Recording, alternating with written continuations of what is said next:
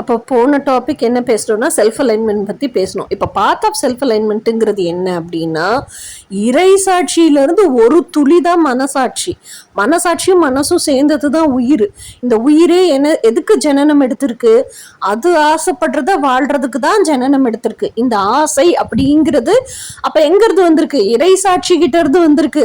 So இறை சாட்சியோட ஆசையை வாழ்றதுக்கு தான் நம்மளுக்கு உயிர் கொடுத்து மனுஷனா பிறக்க வச்சு அதுக்கு செஞ்சுக்கிறதுக்கு உடம்பையும் கொடுத்து இந்த வாழ்வியல் பாதையவே அமைச்சு கொடுத்துருக்கு இறைசாட்சி.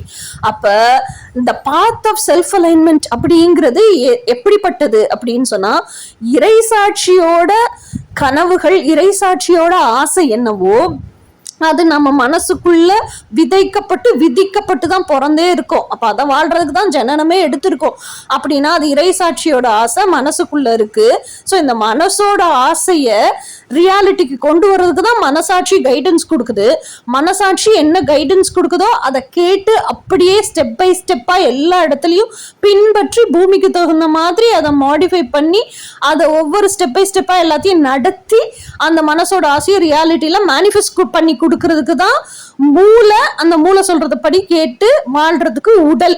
இதுதான் செல்ஃப் அலைன்மெண்டே தவிர இதை மாத்தி நம்ம பூமியில இருக்க சோஷியல் கண்டிஷனிங்காக வாழக்கூடாது. Okay, this is part of self alignment.